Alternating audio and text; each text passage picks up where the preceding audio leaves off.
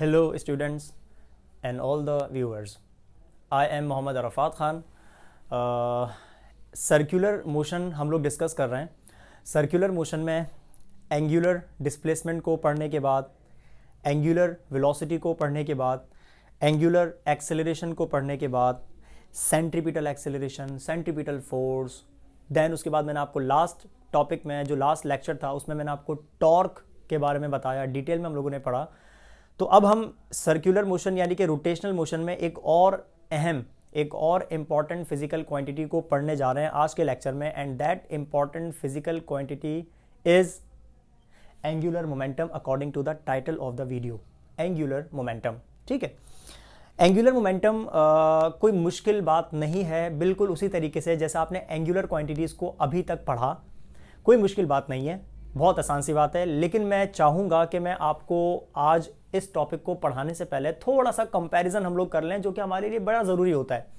जब हम linear quantities पढ़ चुके होते हैं, जब हम एंगुलर क्वांटिटीज़ पढ़ चुके होते हैं, तो हमारे लिए बड़ा ज़रूरी होता है कि आप इन दोनों का रिलेशन साथ साथ लेकर चलें, आप इन दोनों का कंपैरिजन लेके साथ साथ चलें कि what are the differences between the linear quantities and the angular quantities. ठीक है, तो मैं आपका काम आसान करता हूँ और मैं एक काम ही करता हूँ कि इस टॉपिक को स्टार्ट करने से पहले, बल्कि टॉपिक ही चल रहा है, डिस्कशन इसमें टॉपिक की ही करेंगे.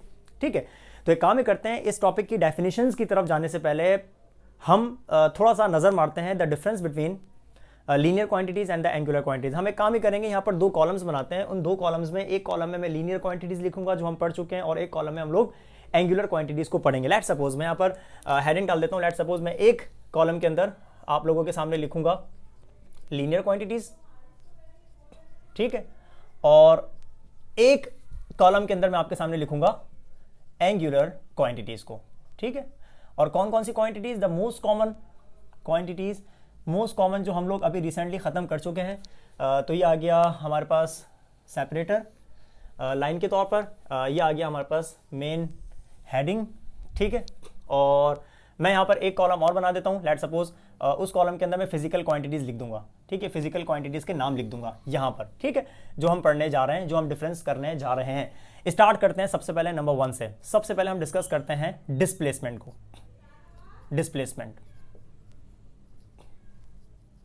ठीक है भाई, डिस्प्लेसमेंट लीनियर भी होता है, डिस्प्लेसमेंट एंगुलर भी होता है. तो जब मैं यहां पर लिखूंगा इसका सिंबल, तो इसका मतलब हो जाएगा लीनियर डिस्प्लेसमेंट. ठीक है, और जब मैं यहां पर लिखूंगा इसका मतलब हो जाएगा कि वो एंगुलर डिस्प्लेसमेंट है. तो भाई लीनियर डिस्प्लेसमेंट को हमने रिप्रेजेंट किया या तो कभी एस के साथ, या कभी हमने इसको रिप्रेजेंट किया डी के साथ. सिंपल सी बात है. ठीक है, so the linear displacement is represented by S और डी. फिर हमने एंगुलर क्वांटिटीज के अंदर एंगुलर डिस्प्लेसमेंट हमने पढ़ा, और उसको हमने रिप्रेजेंट किया थीटा के साथ. ये आ गया theta for angular displacement. Okay, second physical quantity को डिस्कस करते हैं. भाई सेकंड फिजिकल क्वांटिटी ऑब्वियस सी बात है, उसके बाद आती है वेलोसिटी, है ना, the rate of change of displacement. तो भाई लीनियर वेलोसिटी का symbol v, and it is calculated by using formula rate of change of displacement. यानी कि delta S divided by delta D will give you the linear velocity यानी कि v. इसी तरीके से एंगुलर भी होती है. एंगुलर वेलोसिटी को हमने ओमेगा से शो किया, और इसका फॉर्मूला क्या बना था? Delta theta divided by delta T. ठीक है, फिर इसके बाद एक इंपॉर्टेंट कॉन्सेप्ट आता है नंबर 3 पे, and that concept is basically about acceleration. Acceleration linear भी होती है, एक्सेलरेशन एंगुलर भी होता है. तो फिलहाल हम क्योंकि लीनियर की बात करते हैं पहले, तो लीनियर की बात करते हैं, तो लीनियर एक्सेलरेशन का सिंबल सीधा सीधा स्मॉल a, और इसका फॉर्मूला हो जाता है the rate of change of linear velocity. The rate of change of linear velocity is called linear acceleration. इसी तरीके से acceleration can be angular. Angular quantities में एंगुलर आ जाएगा. तो एंगुलर एक्सेलरेशन को हमने रिप्रेजेंट किया अल्फा से, और अल्फा बराबर होता है the rate of change of angular velocity. ठीक है, ये बन गया एंगुलर एक्सेलरेशन का सिंबल और उसका फॉर्मूला.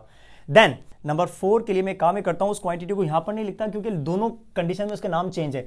लीनियर कंडीशन में उसको हम कहते हैं फोर्स के नाम से. ये आ गई फोर्स, और आपको पता है फोर्स बेसिकली एफ ये प्रोड्यूस करती है, प्रोड्यूसेस, यहां मैं लिख रहा हूं प्रोड्यूसेस. क्या प्रोड्यूस करती है? लीनियर एक्सेलरेशन को. यानी कि अगर आपने लीनियर एक्सेलरेशन प्रोड्यूस करनी है, हमें लीनियर यानी कि फोर्स जरूरत पड़ती है. ठीक है, यही चीज सर्कुलर मोशन में एंगुलर कंडीशन में फोर्स की जगह आ जाती है टॉर्क. टॉर्क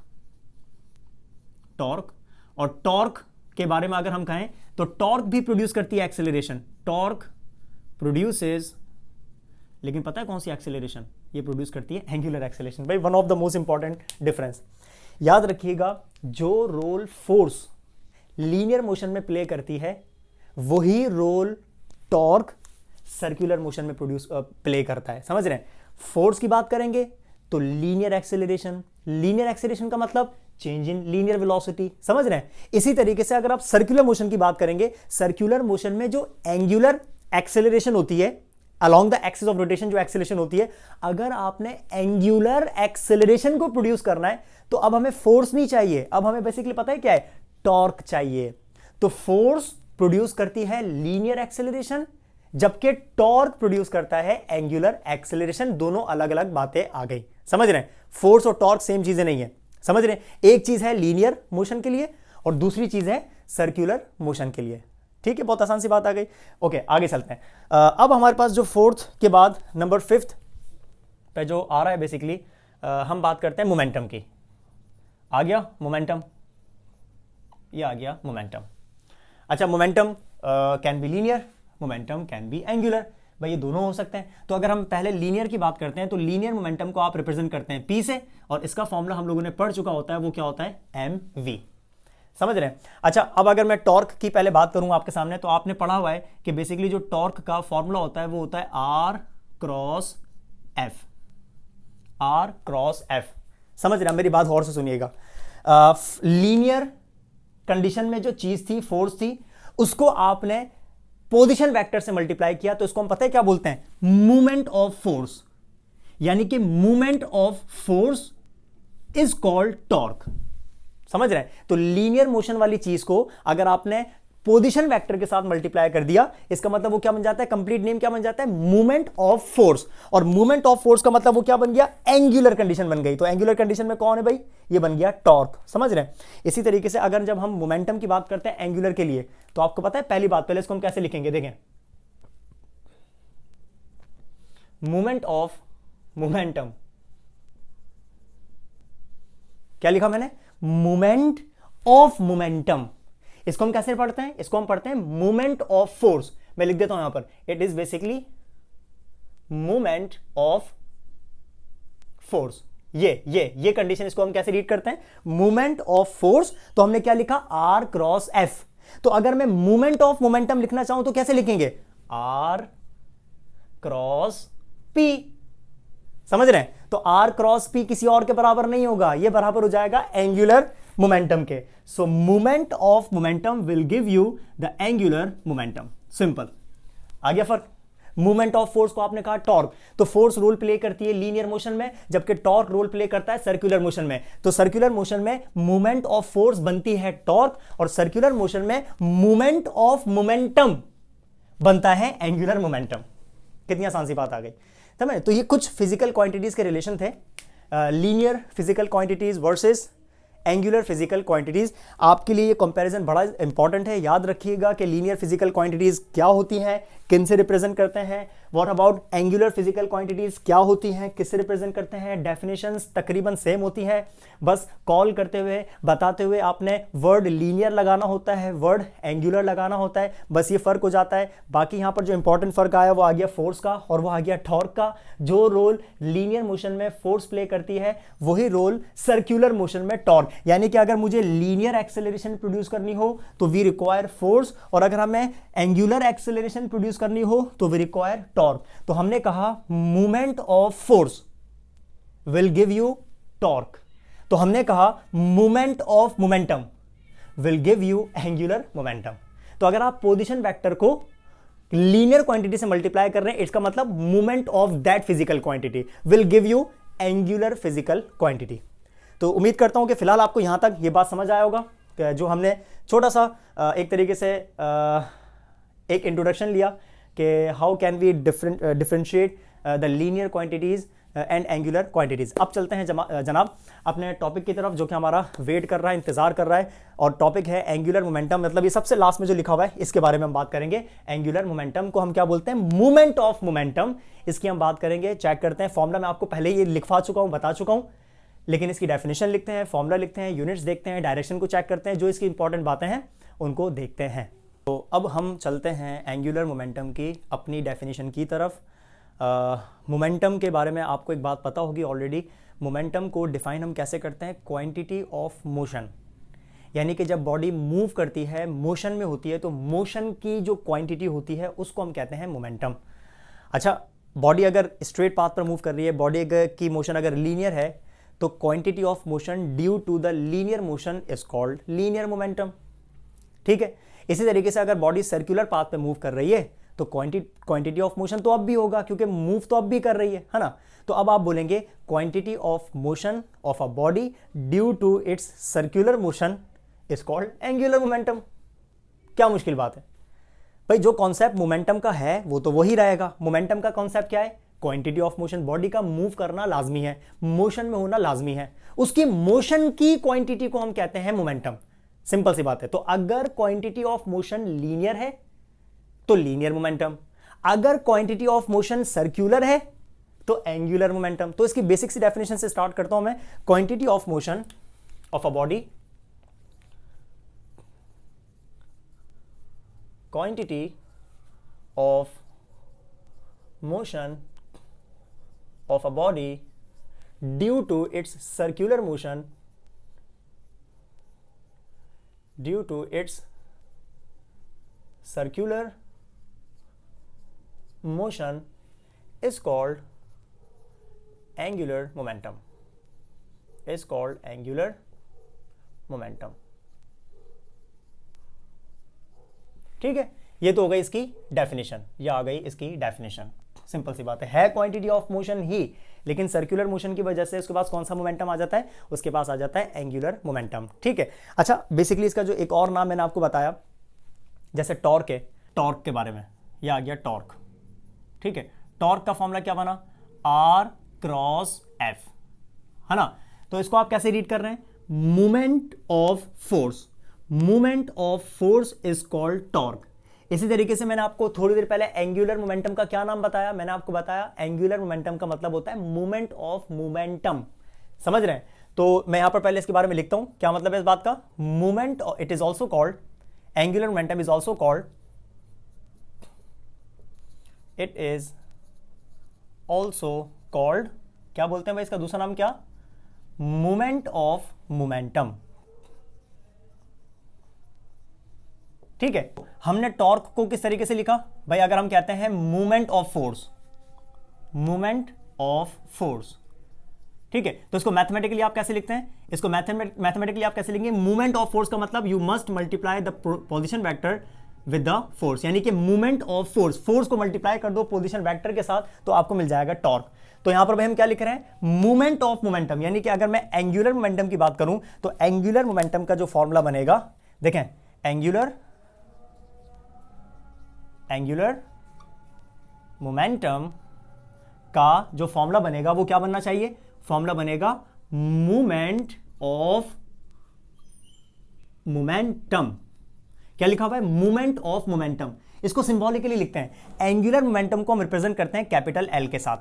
ठीक है, मूवमेंट ऑफ मोमेंटम का मतलब क्या हो जाएगा? जैसे यहां पर लिखा हुआ है, आपने मूवमेंट का मतलब आपने आर से मल्टीप्लाई करना है फोर्स को, तो यहां पर आप मूवमेंट ऑफ मोमेंटम मतलब आपने आर को मल्टीप्लाई करना है मोमेंटम के साथ। ये बन गया एंगुलर मोमेंटम का फॉर्मूला, यानी कि R cross P is equal to capital L, and capital L is for what? It is the representation of angular momentum. तो ये बन गया डेफिनेशन के मुताबिक उसका formula. So the angular momentum is equal to the cross product of position vector and linear momentum. याद रखिएगा cross product, क्यों? क्योंकि दो वेक्टर्स मल्टीप्लाई हो, आंसर में वेक्टर आ जाए, तो इस प्रोडक्ट को हम क्या बोलते हैं? क्रॉस प्रोडक्ट कहते हैं, वेक्टर प्रोडक्ट कहते हैं। और जब भी क्रॉस प्रोडक्ट में हम क्रॉस रिमूव करते हैं तो हमेशा क्या आ जाता है? हमेशा आ जाता है साइन थीटा। तो यानी कि यहां पर आ जाएगा L is equal to R P sine theta.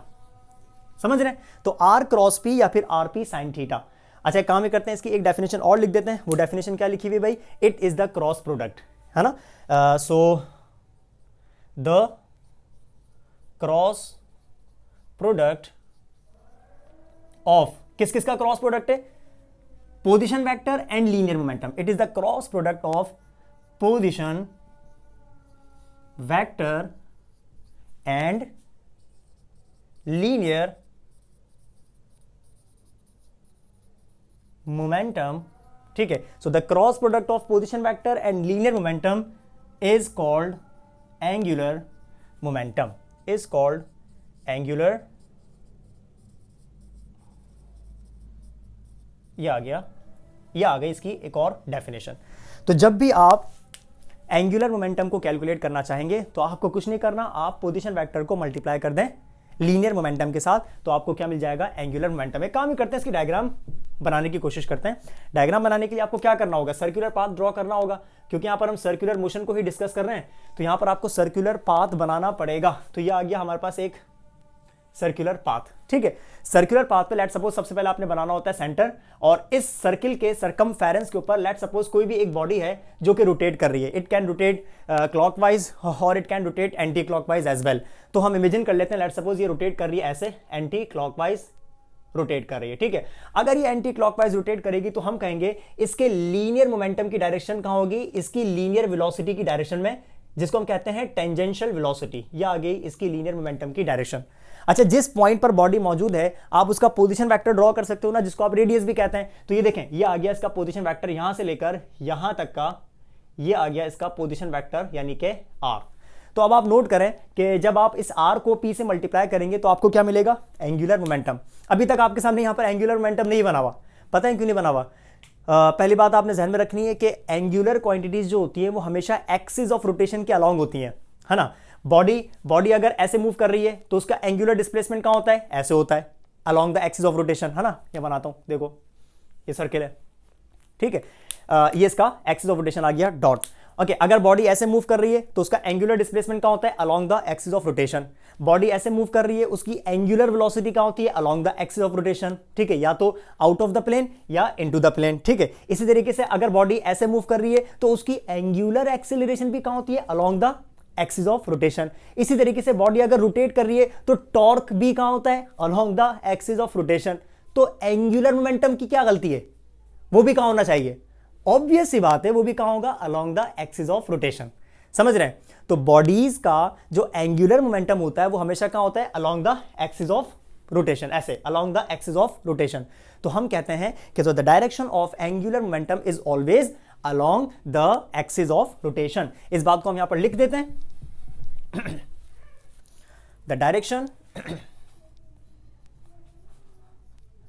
the direction of angular momentum is always along the direction of along the axis of rotation, along the axis of rotation. समझ रहे हैं? ये तो आ गई इसकी direction, along the axis of rotation. और its direction can be determined by using right hand rule. आप इसकी डायरेक्शन कैसे पता लगा सकते हैं, by using right hand rule. The direction of angular momentum, the direction of, मैं लिख देता हूं L. L का मतलब क्या है, ऑब्वियस बात है, हम एंगुलर मोमेंटम की बात कर रहे हैं. The direction of angular momentum is determined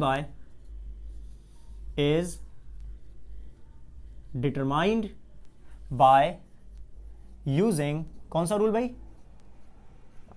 right hand rule. तो अगर आप कैलकुलेट करना चाहें कि इसकी जो डायरेक्शन है एंगुलर मोमेंटम की वो किस तरफ है, तो आपको राइट हैंड रूल यूज करना पड़ेगा, बिल्कुल उसी तरीके से जिस तरीके से हमने एंगुलर वेलोसिटी की डायरेक्शन को पता लगाया था. नहीं याद है तो पहले वीडियो देख लो जाकर, मैंने अपलोड की हुई है एंगुलर वेलोसिटी के नाम से, 2-3 वीडियोस पहले ही है, बल्कि 3-4 वीडियोस पहले हैं. तो उसमें मैंने आपको तरीका बताया था by using right hand rule, और मैंने वहां पर आपको ये बताया था डिटेल के अंदर कि एंटी क्लॉकवाइज के लिए हमेशा एंगुलर वेलोसिटी होती है आउट ऑफ द प्लेन. तो ऑब्वियस सी बात है मोमेंटम भी कहां होगा, अगर मैं राइट हैंड रूल अप्लाई करूंगा, सो फॉर एंटी क्लॉकवाइज जो मोमेंटम होगा एंगुलर वाला वो हमेशा कहां होगा, आउट ऑफ द प्लेन, ठीक है. और अगर हम बात करेंगे क्लॉकवाइज के लिए, तो क्लॉकवाइज के लिए अगर मैं क्लॉकवाइज रोटेशन करवा रहा हूं तो एंगुलर वेलोसिटी भी इनटू द प्लेन, तो एंगुलर मोमेंटम भी इनटू द प्लेन हो जाएगा. समझ रहे? तो एंगुलर वेलोसिटी और एंगुलर मोमेंटम दोनों की डायरेक्शन को हम रिप्रेजेंट करते हैं, डिटरमाइन करते हैं किससे? राइट हैंड रूल से। For anti clockwise out of the plane and for clockwise into the plane. तो मैं इस पॉइंट को यहां पर लिख देता हूं, for anti clockwise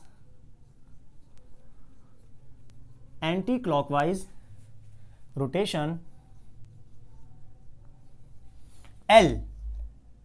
L for angular momentum will be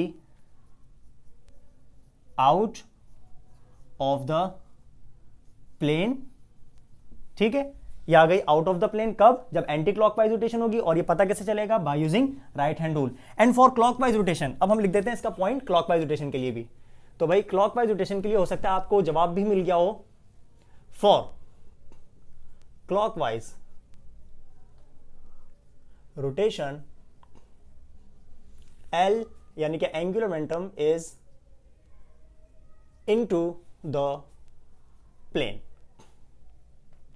into the plane. तो ये तो आ गई बात किसकी? डायरेक्शन ऑफ एंगुलर मोमेंटम की। ठीक है, अब एक काम ही करते हैं, हम इसी फॉर्मूले को थोड़ा सा डिस्कस करते हैं। किस फॉर्मूले को? बेसिकली जो मैंने आपके सामने लिखा हुआ है आरपी साइन थीटा वाले को, तो मैं यहां पर इस फॉर्मूले को दोबारा लिख देता हूं, थोड़ा सा डिस्कशन करते हैं इस फॉर्मूले के बारे में। So angular momentum is equal to R P sine theta. अच्छा, अब आप नोट करें यहां पर जो बेसिकली थीटा आ रहा है, उस थीटा की अगर मैं बात करूं आपके सामने, तो ये थीटा एंगल होता है और ये एंगल जाहिर सी बात है किसके बीच में होगा? This is the angle between R and P. अब आप नोट करें डायग्राम में, ये रहा आर और ये रहा पी। क्या मैं नहीं कह सकता कि दोनों आपस में परपेंडिकुलर हो गए? है ना, परपेंडिकुलर है। इसका मतलब इन दोनों के बीच में जो एंगल बन रहा है वो कितना बन रहा है? वो बन रहा है 90 डिग्री। तो मैं इस बात को पहले यहां पर लिख देता हूं कि here theta is the angle between, ये एंगल होता है। हाँ भाई, एंगल किसके दरमियान होता है? ये एंगल होता है between the position vector and linear momentum, between R and P. ठीक है, और ये हमेशा हमेशा 90 डिग्रीज पर होता है। समझ रहे हैं? आप पोजीशन वेक्टर बना लें कहीं पर भी, आप लीनियर मोमेंटम बना लें कहीं पर भी, ये हमेशा क्या होते हैं एक दूसरे के? ये होते हैं हमेशा परपेंडिकुलर। ठीक है, तो which is always 90 degrees, which is 90 degree. और अगर मैं यहां पर 90 डिग्री पुट कर दूं तो देखें आपके सामने फॉर्मूला क्या बचेगा? सो ये बचेगा L is equal to R P sine 90 degrees. और आपको पता है कि साइन 90 की वैल्यू जो होती है वो होती है 1। साइन 90 डिग्री बराबर होता है 1 के। तो जब आप यहां पर 1 पुट कर देंगे तो ये बच जाएगा सिर्फ और सिर्फ आर पी। एक काम ही करते हैं, पी के बारे में हम पढ़ चुके हैं, मैंने टॉपिक अपलोड किया हुआ है लीनियर मोमेंटम के बारे में। ये एंगुलर है, पहले लीनियर भी पढ़ लिएगा अगर आपने नहीं पढ़ा हो। तो हमने लीनियर मोमेंटम का फॉर्मूला पढ़ा था कि लीनियर मोमेंटम बराबर होता है mv के। पी का फॉर्मूला क्या होता है? Mass into velocity.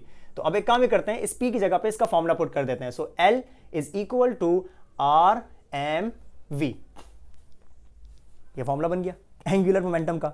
तो एंगुलर मोमेंटम को कैलकुलेट करना हो तो you can use this formula R cross P या आर पी साइन थीटा, या you can use what? M V R या आर एम वी। एक ही बात है, मल्टीप्लाई कर रहे हैं। अगर आपको पोजीशन वेक्टर यानी कि रेडियस गिवन हो, अगर आपको मास गिवन हो, अगर आपको स्पीड गिवन हो, तो आप तीनों को मल्टीप्लाई करें, आपको क्या मिल जाएगा? उस बॉडी का एंगुलर मोमेंटम। ठीक है, बात करते हैं एस आई यूनिट की। बड़ी इंपॉर्टेंट चीज है ना एस आई यूनिट। जैसा हमें पता है कि जो लीनियर मोमेंटम होता है, लीनियर मोमेंटम का जो एस आई यूनिट होता है वो होता है किलोग्राम मीटर पर सेकेंड। पढ़ाया हुआ मैंने आपको। या फिर इसका यूनिट होता है न्यूटन सेकेंड। इसका चेक करते हैं, इसका यूनिट क्या होना चाहिए? So the S I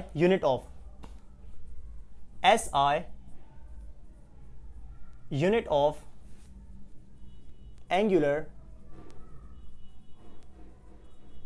momentum is, भाई फॉर्मूले से यूनिट निकलता है हमेशा। ठीक है, तो फॉर्मूले की अगर हम बात करें तो L is equal to, okay black marker से लिखता हूं ताकि ये थोड़ा सा मेंशन, थोड़ा सा हाईलाइट रहे।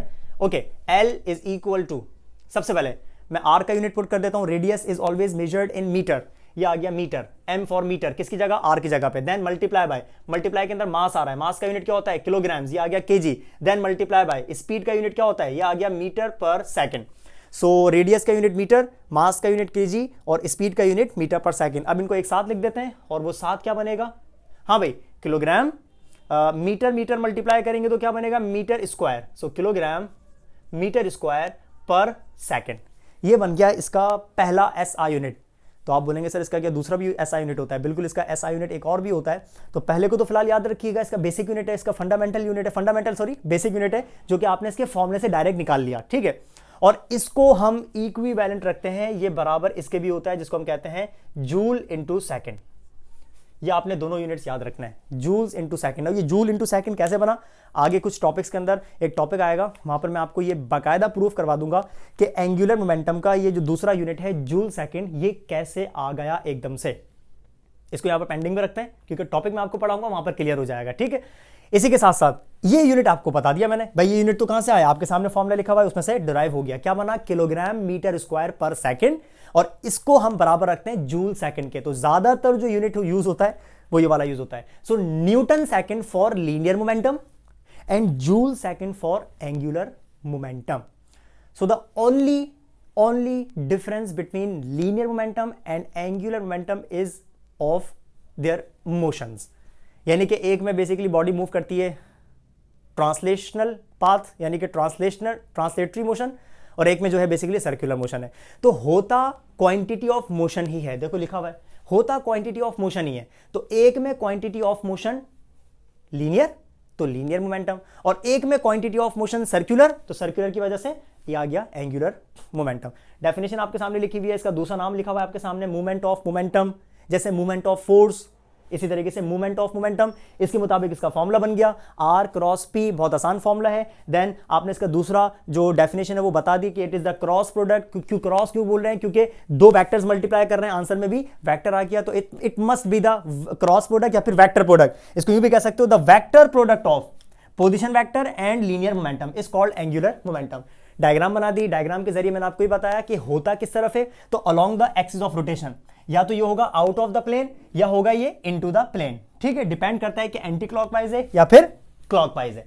एंटी क्लॉकवाइज के लिए आउट एंड क्लॉकवाइज के लिए इनटू द प्लेन। उसके बाद आपने इसी फॉर्मूले में से एक फॉर्मूला और बना दिया, और वो फॉर्मूला क्या बन गया, ये रहा MVR या फिर RMV, और इस फॉर्मूला में से फाइनली आपने इसका यूनिट बना दिया SI unit, that is kilogram metre square पर सेकंड, या फिर इसको हम किसके बराबर रखते हैं, जूल्स सेकंड के। उम्मीद करता हूं कि एंगुलर मोमेंटम वाला टॉपिक आपको बहुत अच्छे से समझ आ गया होगा, क्योंकि इतना मुश्किल टॉपिक नहीं है, आसान टॉपिक है। इसके बाद जो आपको मैं नेक्स्ट टॉपिक पढ़ाऊंगा वो भी इसी से रिलेटेड होगा, लेकिन उस टॉपिक को हम कहते हैं law of conservation of angular momentum. Important condition है, जैसे law of conservation of linear momentum होता है, इसी तरीके से law of conservation of angular momentum भी होता है, ठीक है। तो आज का टॉपिक हम यहीं पर ख़त्म करते हैं, क्योंकि वो एक अलग डिस्कशन है, उसको मैं अलग टॉपिक में डिस्कस करूंगा, अलग वीडियो में डिस्कस करूंगा। तो उम्मीद करता हूं कि आपको एंगुलर मोमेंटम से रिलेटेड कॉन्सेप्ट्स क्लियर हो गए होंगे। वीडियो अच्छी लगी लाइक कर दिया करो, मतलब व्यूज़ ज़्यादा होते हैं, लाइक्स कम होते हैं, तो लाइक कर दोगे तो कुछ नहीं जाएगा आपका, पैसे नहीं लगेंगे। शेयर कर दिया करो, शेयर करोगे मुझे खुशी होगी, दूसरे लोग भी देखेंगे, दूसरे स्टूडेंट्स भी देखेंगे, हो सकता है फ़ायदा हो जाए किसी का, ठीक है। शेयर कर दिया करो, कमेंट करके बता दिया करो कि वीडियो अच्छी लगी, समझ आई। बहुत सारे स्टूडेंट्स करते हैं भाई, बहुत सारा आप देखा करो कमेंट्स के अंदर, कितने सारे स्टूडेंट्स कमेंट करते हैं। तो उनमें अगर आप भी हो जाएंगे कमेंट करने में, अगर आप लिख देंगे सर अच्छा समझ आ गया, सर ये समझ नहीं आया, कुछ भी कर दो आप कमेंट, तो आप अच्छा लगेगा, है ना, आपका कुछ नहीं जाएगा, मुझे अच्छा लगेगा कि आपने कमेंट करके अपनी राय दी। आदत बना लो, लाइक करने की आदत बना लो, कमेंट करने की आदत बना लो, शेयर करने की आदत बना लो, और अपना ख्याल रखने की भी आदत बना लो। मिलते हैं नेक्स्ट वीडियो में, जब तक के लिए ख्याल रखना अपना। Thank you.